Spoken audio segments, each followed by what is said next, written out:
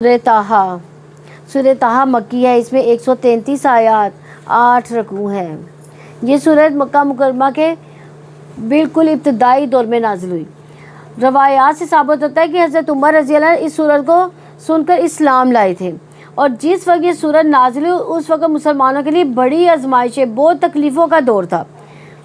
کفار مکہ ان پر حالات تنگ انہوں نے کر دیے تھے مسلمانوں پر، تو اس سورت کا بنیادی مقصد مسلمانوں کو تسلی دینا تھا۔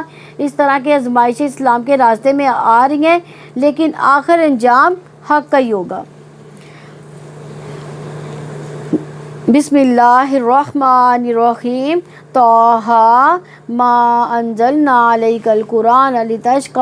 اللہ تعالیٰ کے نام سے جو وسیع رحمت والا نہایت رحم والا ہے۔ طٰہٰ، ہم نے یہ قرآن آپ پر اس لیے نازل نہیں کیا کہ آپ مشقت میں پڑ جائیں، مگر یہ تو نصیحت ہے اس شخص کے لیے جو ڈرتا ہے۔ یعنی نصیحت وہ ہوتی ہے جسے سن کر دل نرم ہو جاتے ہیں، اللہ کے حکم پر عمل کرنے لگ جاتے ہیں۔ ڈرنے والے ہی نصیحت بھی قبول کرتے ہیں۔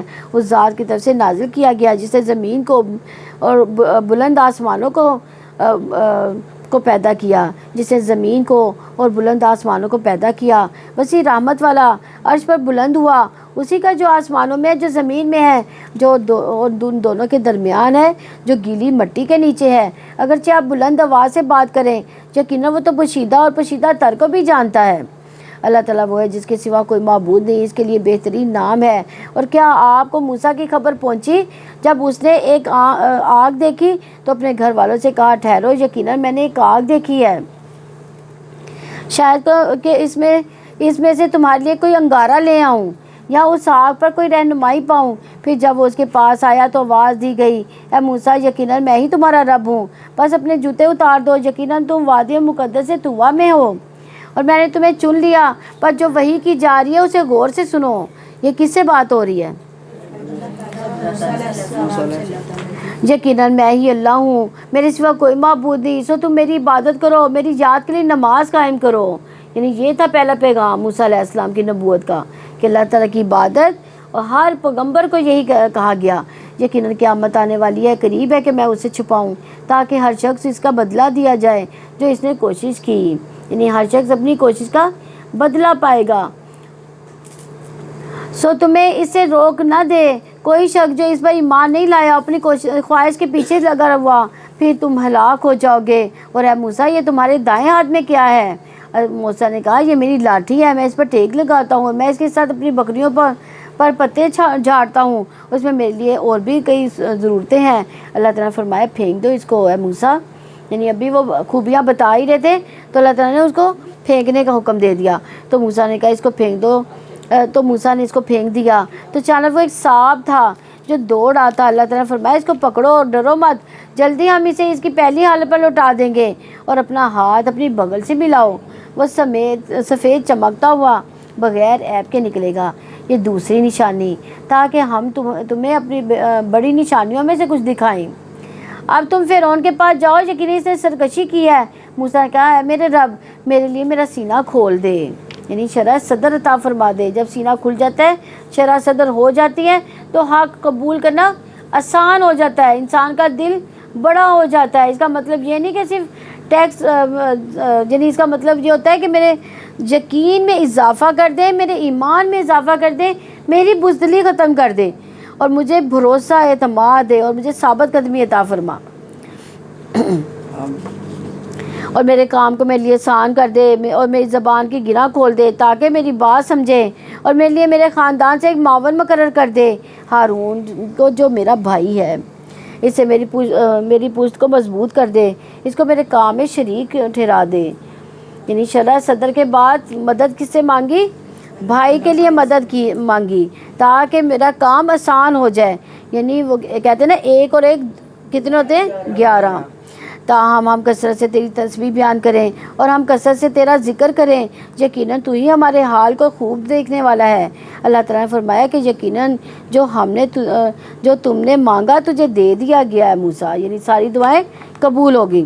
اور بلا شبہ یقیناً ہم نے ایک بار اور تم پہ احسان کیا، جب ہم نے تمہاری ماں کی جانب وحی کی، جو بھی وحی کی جاتی ہے۔ کیا وحی کی تھی؟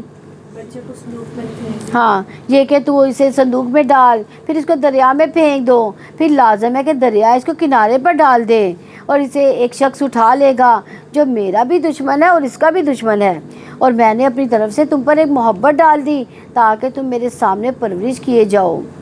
یعنی دشمن کے دل میں حضرت موسیٰ علیہ السلام کی محبت ڈال دی. جب تمہاری بہن چل رہی تھی چنانچہ وہ کہنے لگی کہ کیا میں تمہاری رہنمائی کروں جو اس کی اچھی طرح پرورش کرے گی.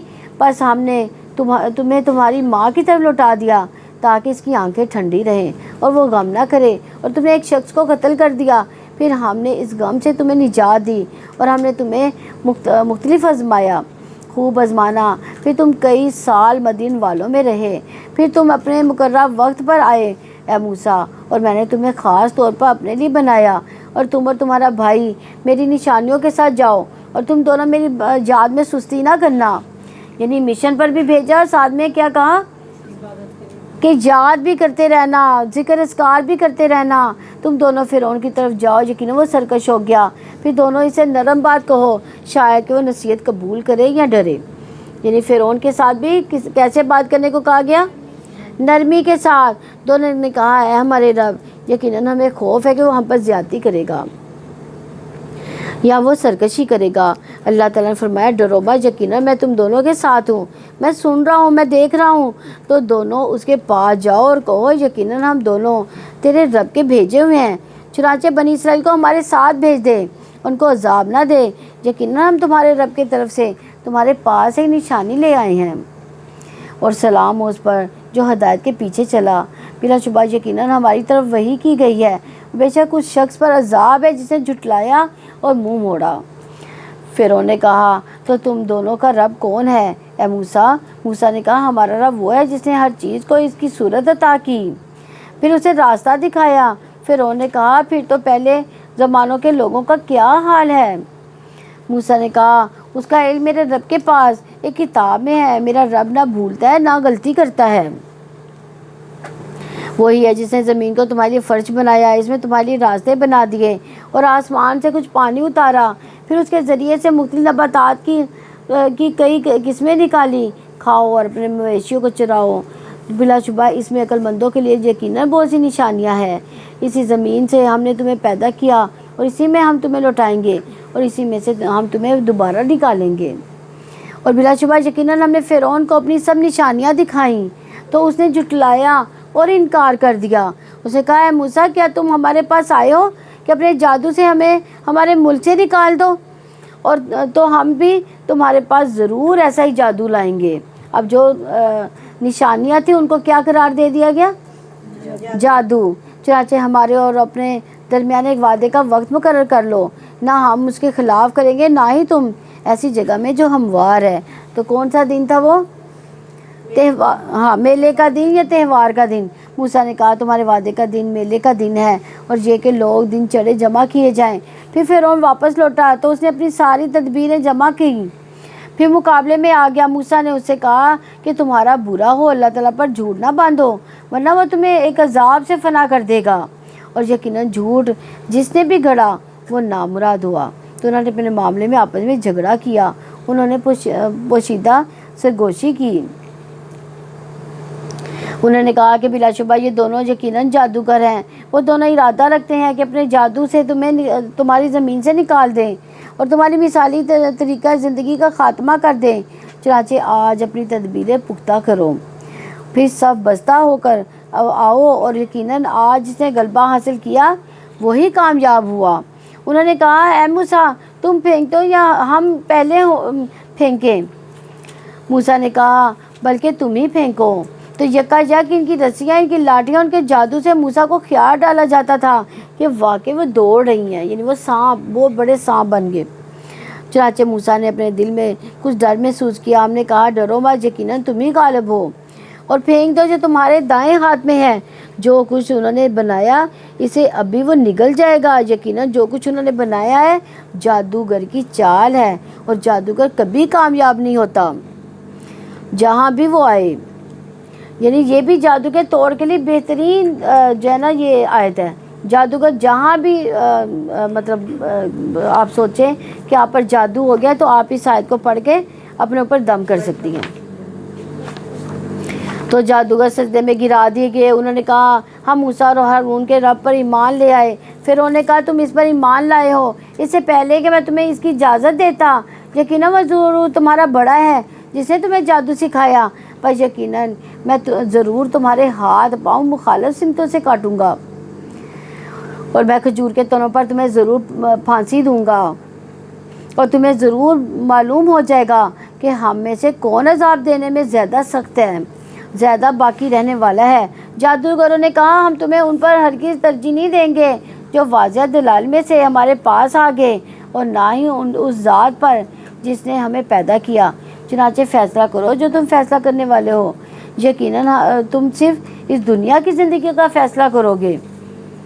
کون کہہ رہا تھا؟ یعنی اہل ایمان جو ہے نا دوسروں کی دھمکیوں کی پرواہ نہیں کرتے۔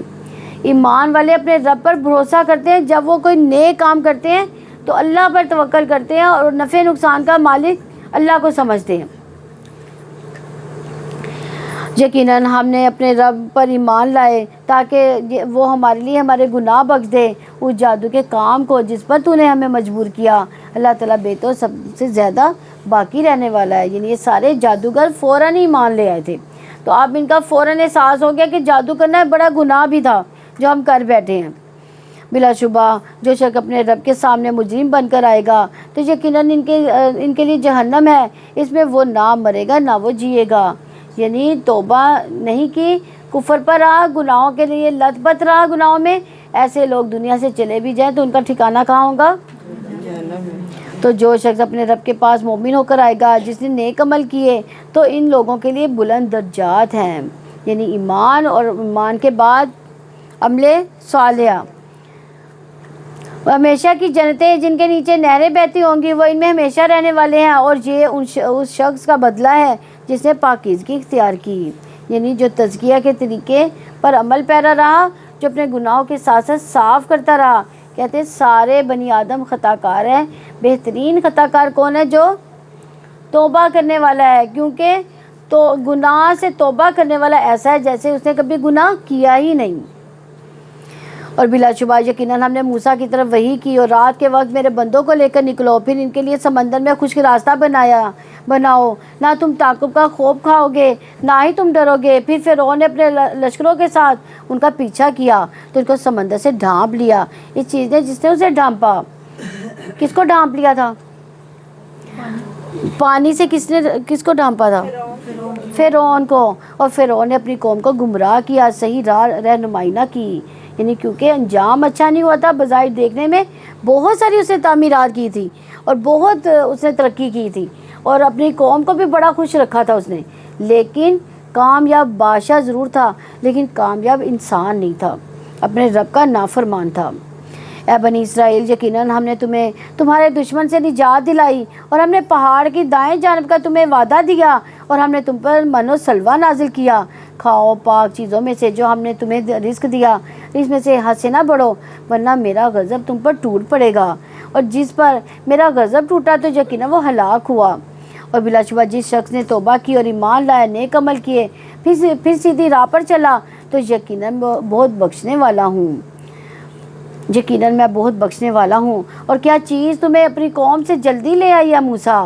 موسیٰ نے کہا وہ لوگ میرے نشانے قدم پر ہی ہیں، اور اے میرے رب میں جلدی آپ کی طرف آ گیا تاکہ آپ راضی ہو جائیں۔ یعنی عجلت پسندیدہ نہیں، لیکن نیک کاموں کی طرف جلدی کرنا، اللہ کی رضا کے کاموں کی طرف آگے بڑھنا لوگوں سے، تو یہ قابل تعریف چیز ہے، دوسرے لوگوں سے آگے بڑھنا۔ اللہ تعالیٰ نے فرمایا پھر بلا شبہ ہم نے یقیناً تمہارے بعد تمہاری قوم کو آزمائش میں ڈال دیا اور سامری نے ان کو گمراہ کر دیا، تو موسیٰ غضبناک افسوس کرتا ہوا اپنی قوم کی طرف لوٹا۔ اس نے کہا اے میری قوم، کیا تمہارے رب نے تم سے اچھا وعدہ کیا تھا؟ تو کیا تم پر لمبا زمانہ گزر گیا تھا، یا تم چاہتے ہو کہ تم پر تمہارے رب کی طرف سے غضب ٹوٹ پڑے؟ تو تم نے مجھ سے وعدہ خلافی کی۔ انہوں نے کہا ہم نے اپنے اختیار سے آپ کے ساتھ وعدہ خلافی نہیں کی، بلکہ قوم کے زیورات کے بوجھ ہم پر لاد دیے گئے تھے۔ تو ہم نے انہیں پھینک دیا۔ پھر اسی طرح سامری نے بھی کچھ ڈالا، پھر بس اس نے ان کے لیے ایک بچڑا نکالا جس کے لیے جسم تھا، جس کی بیل کی سی آواز تھی۔ پھر لوگوں نے کہا کہ یہ ہے تمہارا معبود اور موسیٰ کا معبود، سو وہ بھول گیا۔ یعنی طور پر موسیٰ علیہ السلام چلے گئے تب یہ کام کیا، تو کیا وہ دیکھتے نہیں تھے کہ نہ وہ ان کے ساتھ بات کا جواب دیتا ہے، نہ ان کے کسی نقصان کا اختیار رکھتا ہے، نہ ہی کسی نفع کا۔ اور ہارون نے ان سے پہلے ہی کہا تھا، اے لوگو یقیناً تم اس کی وجہ سے فتنے میں ڈالے گئے ہو، اور یقیناً تمہارا رب تو رحمان ہے، چنانچہ تم میری پیروی کرو، میرے حکم کی اطاعت کرو۔ انہوں نے کہا ہم تو اس کی پرستش پر جمے رہنے والے ہیں یہاں تک کہ موسیٰ ہماری طرف لوٹ آئے۔ موسیٰ نے کہا اے ہارون، تم نے جب انہیں دیکھا کہ وہ گمراہ ہوئے تو کس چیز نے تمہیں روکا؟ اب موسیٰ علیہ السلام جب آئے تو انہوں نے جب یہ حالت دیکھی تو پھر اپنے بھائی سے جھگڑا کیا کہ تم نے میری پیروی نہ کی، تم میری پیروی نہ کرو، تو کیا تم نے میرے حکم کی نافرمانی کی؟ ہارون نے کہا اے میری ماں کے بیٹے، تو میری داڑھی نہ پکڑو اور نہ ہی میرے سر کو، یقیناً میں اسے ڈرا کہ تم کہو گے کہ تم نے بنی اسرائیل میں پھوٹ ڈال دی اور تم نے میری بات کا انتظار نہیں کیا۔ تو یہاں چونکہ موسیٰ علیہ السلام غصے میں تھے، اس لیے ہارون علیہ السلام نرمی سے بات کر رہے ہیں۔ موسیٰ نے کہا تو اے سامری تیرا کیا معاملہ ہے؟ اس نے کہا میں نے وہ چیز دیکھی جس کو انہوں نے نہیں دیکھا، تو میں نے رسول کے نقش قدم پر ایک مٹھی اٹھائی، پھر میں نے اس کو پھینک دیا، اس طرح میرے نفس نے میرے لیے خوشنما بنا دیا۔ موسیٰ نے کہا پھر جاؤ، تو یقیناً دنیا کے زندگی میں تمہاری یہی سزا ہے کہ تو کہتا رہے گا مجھے نہ چھونا، اور یقیناً تیرے لیے ایک وعدہ ہے جو تجھ پر قطعاً ڈالا نہیں جائے گا۔ اپنے معبود کو دیکھ جس پر تو مجاور بنا بیٹھا ہے، ہم ضرور اسے جلا دیں گے، پھر ہم ضرور اسے سمندر میں اڑا دیں گے، اچھی طرح اڑانا۔ تو یہاں دیکھیں سامری کو سزا کیا دی گئی، اس کو یہ سزا بدوا دی گئی کہ وہ سب سے کہتا پھرے گا مجھے ہاتھ نہ لگانا، اور سامری کی یہی آخر میں حالت تھی۔ اور پھر اس کے بعد جو بچڑے کو کیا سزا دی گئی کہ اس کو جلا دیا گیا۔ حالانکہ وہ زیوروں کا بنا ہوا تھا، وہ زیور اپنے لیے رکھے بھی جا سکتے تھے، لیکن لوگوں کو دکھانے کے لیے کہ معبود ہے اس کو جلایا جا رہا ہے۔ یقیناً تمہارا معبود تو بس ایک ہی اللہ تعالیٰ ہے جس کے سوا کوئی معبود نہیں، اس کا علم ہر چیز پر وسیع ہے۔ یعنی اللہ تعالیٰ سے آسمان و زمین کی کوئی چیز نہیں چھپی ہوئی، اللہ تعالیٰ ہر چیز کو اپنے علم سے گھیرے میں لیے ہوئے ہیں۔ اسی طرح ہم آپ کو ان کی کچھ خبریں بیان کرتے ہیں یقیناً جو پہلے گزر چکے، اور یقیناً ہم نے آپ کو اپنے پاس سے ایک ذکر عطا کیا، جو اس سے منہ موڑے گا تو یقیناً وہ قیامت کے دن بڑا بوجھ اٹھائے گا۔ یعنی اعراض کیا، منہ موڑا، منہ موڑنا کیا ہے کہ اس چیز کو دیکھنا ہی نہیں، اس کو اٹھانا ہی نہیں، اس کو کھولنا ہی نہیں، اس کو پڑھنا ہی نہیں، سمجھنا نہیں، اس پر عمل ہی نہیں کرنا، اسے آگے نہیں پڑھانا، تو گویا وہ چیز ایگزسٹ ہی نہیں کرتی۔ تو قرآن سے اعراض جو ہے یہ بہت بڑا گناہ ہے۔ جو قرآن سے اعراض کرے گا وہ قیامت کے دن گناہ کا بوجھ اٹھائے گا، اس میں ہمیشہ رہنے والے ہیں۔ قیامت کے دن ان کے لیے ایک بڑا بوجھ ہوگا، جس دن سور میں پھونکا جائے گا، اور اس دن ہم اس حال میں مجرموں کو جمع کریں گے کہ وہ نیلی آنکھوں والے ہوں گے۔ نیلی آنکھیں کیوں ہوں گی؟ ان کے غم کی شدت کی وجہ سے، تکلیف کی شدت کی وجہ سے، آخرت کی شدت۔ وہ آپس میں چپکے چپکے کہیں گے کہ تم لوگ دنیا میں بس 10 دن ہی رہے ہو، یعنی وہ آپس میں یہ باتیں کریں گے کہ ہم بہت کم دنیا میں ٹھہرے ہیں، ہم خوب جانتے ہیں جو کچھ وہ کہیں گے، جب ان سب میں سے بہترین رائے والا کہے گا کہ تم صرف 1 دن ہی ٹھہرے ہو۔ یعنی اس آیت سے پتہ چلتا ہے کہ قیامت کے دن جو ہے دنیا کی زندگی بہت کم لگے گی۔ اور وہ تم سے پہاڑوں کے بارے میں سوال کرتے ہیں، چنانچہ آپ کہہ دیں میرا رب انہیں اڑا کر بکھیر دے گا۔ یعنی چاہے کو ہمالیہ کیوں نہ ہو، مونٹ ایورسٹ کیوں نہ ہو، وہ بھی کیا ہوگا اس وقت دھن کی روئی کی طرح پہاڑ ہو جائیں گے۔ پھر انہیں چٹیلے میدان بنا کر چھوڑ دے گا، آپ ان میں نہ کوئی ٹیڑھ دیکھیں گے نہ کوئی ٹیلا۔ اس دن سب کو لوگ بلانے والے کے پیچھے چل پڑیں گے، کسی میں کوئی کجی نہ ہوگی، اور آوازیں رحمان کے لیے دب جائیں گی، چنانچہ آپ سراہٹ کے سوا کچھ نہ سنیں گے۔ اس دن سفارش فائدہ نہ دے گی مگر جس کو رحمان اجازت دے گا اور اس سے بات کرنا پسند فرمائے گا۔ یعنی جس کو اللہ تعالیٰ اجازت دیں گے وہی بول سکے گا، ورنہ کوئی بول بھی نہیں سکے گا۔ وہ سب جانتا ہے جو اس کے آگے ہے، جو کچھ اس کے پیچھے ہے، وہ سب علم ہے، اس کا احاطہ نہیں کر سکتے. یعنی اللہ جانتا ہے کہ ہمارے آگے کیا ہے، ہمارے پیچھے ہم نے کیا چھوڑ دیا ہے. اور تمام چہرے اس زندہ رہنے والے اور قائم رہنے والے کے سامنے جھک جائیں گے. اور یقیناً نامراد ہوا جس نے بڑے ظلم کا بوجھ اٹھایا. اور جو نیک عمل کرے گا اور وہ مومن بھی ہوگا، نہ وہ کسی ناانصافی سے ڈرے گا، نہ کسی حق تلفی سے. یعنی اس پر ظلم نہیں کیا جائے گا. اور اس طرح ہم نے اسے قرآن عربی بنا کر نازل کیا، اور اس میں ہم نے ہر حکم سے طرح طرح کی کچھ وعیدیں بیان کی، شاید کہ لوگ ڈر جائیں یا وہ قرآن ان کے لیے نصیحت بن جائے. کیونکہ یہ عربی زبان ہی ایسی زبان تھی کہ جو اس قرآن کا جو معنی اپنے اندر سمیٹ سکے.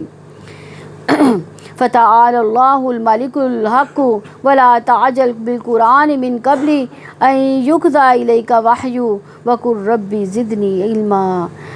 بس اللہ تعالیٰ بے حد بلند ہے، بادشاہ حقیقی ہے، اور آپ قرآن پڑھنے میں جلدی نہ کریں اس سے پہلے کہ آپ کی طرف اس کی وحی پوری کی جائے، اور آپ دعا کریں اے میرے رب مجھے علم میں زیادہ کر دے. یعنی ابن مسعود رضی اللہ عنہ جب بھی یہ دعا پڑھتے تو دعا کرتے اللہم زدنا ایمانا، اے اللہ میرے علم، ایمان اور یقین میں بھی اضافہ فرما دے. اس طرح ہمیں علم میں بھی اضافہ مانگنا چاہیے، ایمان میں بھی، یقین میں بھی، فہم میں بھی.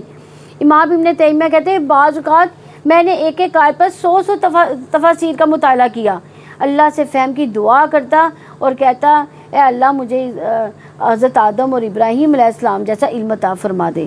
اے آدم علیہ السلام اور ابراہیم علیہ السلام کو تعلیم دینے والے مجھے بھی تعلیم دے دے. انہوں نے کبھی بھی اپنے علم پر غرور نہیں کیا تھا. نبی صلی اللہ علیہ وسلم یہ دعا مانگا کرتے تھے اے اللہ تو مجھے جو علم نصیب فرمائے اس سے مجھے فائدہ پہنچا، اور مجھے وہ علم دے جو مجھے فائدہ دے، اور مجھے ایسا علم دے جس کے ذریعے میں فائدہ اٹھا سکوں. کتنی خوبصورت دعائیں ہیں، ہمیں بھی یہ دعائیں جو مانگنی چاہیے. اور اس سے پہلے آدم کو ہم نے تاکید کی تو وہ بھول گیا، اور ہم نے اس میں ارادے کی پختگی نہ پائی. اور جب ہم نے فرشتوں سے کہا آدم کو سجدہ کرو تو انہوں نے سجدہ کیا سوائے ابلیس کے، اس نے انکار کیا. تو ہم نے کہا اے آدم یقیناً یہ تمہاری بیوی کا دشمن ہے، تو کہیں وہ تم دونوں کو جنت سے نہ نکلوا دے کہ تم مصیبت میں پڑ جاؤ. یقیناً تمہارے لیے یہ ہے کہ نہ تم بھوکے رہو گے اس میں، نہ ننگے رہو گے، اور یقیناً اس میں نہ تم پیاسے رہو گے نہ تمہیں دھوپ لگے گی. پر شیطان نے اس کے دل کے وسوسے میں ڈالا. اس نے کہا اے آدم کیا میں تمہیں دائمی زندگی کا درخت نہ بتا دوں اور ایسی بادشاہ جو پرائی نہ رہے. بس ان دونوں نے اس میں سے کھا لیا تو ان کے لیے ان کی شرمگاہیں ظاہر ہو گئیں. ان دونوں نے اپنے اوپر جنت کے پتے چپکانے لگے، اور آدم نے اپنے رب کی نافرمانی کی تو بھٹک گیا. پھر اس کے رب نے اسے چن لیا، بس اس پر توجہ فرمائی اور ہدایت دی. اللہ تعالیٰ نے فرمایا تم دونوں اکٹھے اس سے اتر جاؤ، تم ایک دوسرے کے دشمن ہو. پھر اگر واقعی میری طرف سے تمہارے پاس کوئی ہدایت آئے تو جو میری ہدایت کی پیروی کرے گا تو نہ وہ گمراہ ہوگا نہ ہی وہ مصیبت میں پڑے گا، اور جو میرے ذکر سے منہ موڑے گا تو اس کے لیے یقیناً زندگی تنگ ہوگی، اور ہم اسے قیامت کے دن اندھا اٹھائیں گے. اور وہ کہے گا اے میرے رب تو نے مجھے اندھا کیوں اٹھایا حالانکہ میں یقیناً دیکھنے والا تھا. اللہ تعالیٰ فرمائے گا اسی طرح ہماری آیات تمہارے پاس آئی تھی تو نے انہیں بھلا دیا، اسی طرح آج تو بھلایا جا رہا ہے. یعنی تجھے بھی اللہ تعالیٰ بھلا دے گا.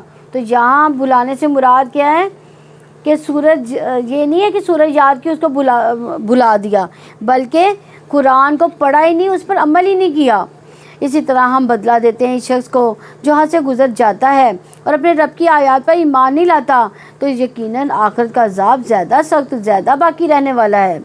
تو کیا ان لوگوں کو اس بات نے ہدایت نہیں دی کہ ہم نے ان سے پہلے کتنے زمانے کے لوگوں کو ہلاک کر دیا جن کی بستیوں میں یہ چلتے پھرتے ہیں.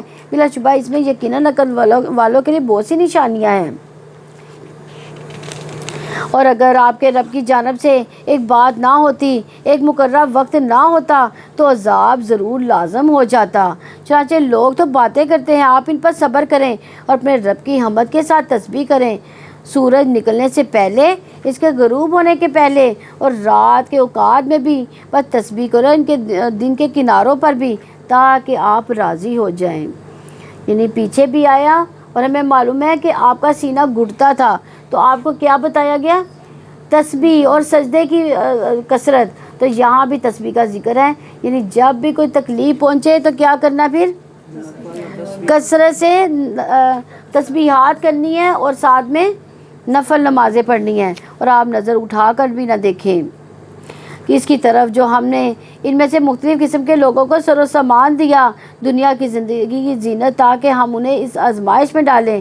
آپ کے رب کا رزق ہی بہتر ہے اور زیادہ باقی رہنے والا ہے، اور آپ اپنے گھر والوں کو نماز کا حکم دیں اور خود بھی اس پر خوب پابند رہیں۔ ہم آپ سے کوئی رزق نہیں مانگتے، رزق تو ہم ہی آپ کو دیں گے، اور آخری انجام کس کا ہے، تقوی والوں کا۔ تو خود بھی نماز پڑھنی ہے، بچوں کو بھی پڑھانی ہے، اس کی فکر کرنی ہے انشاءاللہ۔ ابن مسعود کہتے ہیں جس نے نماز ترک کی اس کا کوئی دین نہیں ہے، اور نماز قائم کرو، شرک کرنے والوں میں سے نہ ہو جاؤ، یہ قرآن کی آیت ہے۔ اسی طرح ایک اور جگہ رسول اللہ صلی اللہ علیہ وسلم نے فرمایا بے شک انسان اور اس کے کفر میں فرق کرنے والی کیا چیز ہے، نماز۔ تو قیامت کے دن سب سے پہلا نماز کا ہی سوال ہوگا، نماز کی حفاظت والے اللہ کے فضل میں ہوں گے، اس لیے کسی بھی طرح کی پریشانی میں کیا کرنا چاہیے، پھر نماز ادا کرنی چاہیے۔ انہوں نے کہا کہ وہ ہمارے پاس ہمارے رب کی جانب سے کوئی معجزہ کیوں نہیں لاتا، اور کیا اس کے پاس پہلے صحیفوں کی کوئی دلیل نہیں آئی، اور اگر ہم اس سے پہلے انہیں کسی عذاب میں ہلاک کر دیتے تو وہ کہتے ہیں اے ہمارے رب تو نے ہمارے پاس کوئی رسول کیوں نہیں بھیجا، پھر ہم تیری آیات کی پیروی کرتے، اس سے پہلے ہم ذلیل و رسوا ہوتے۔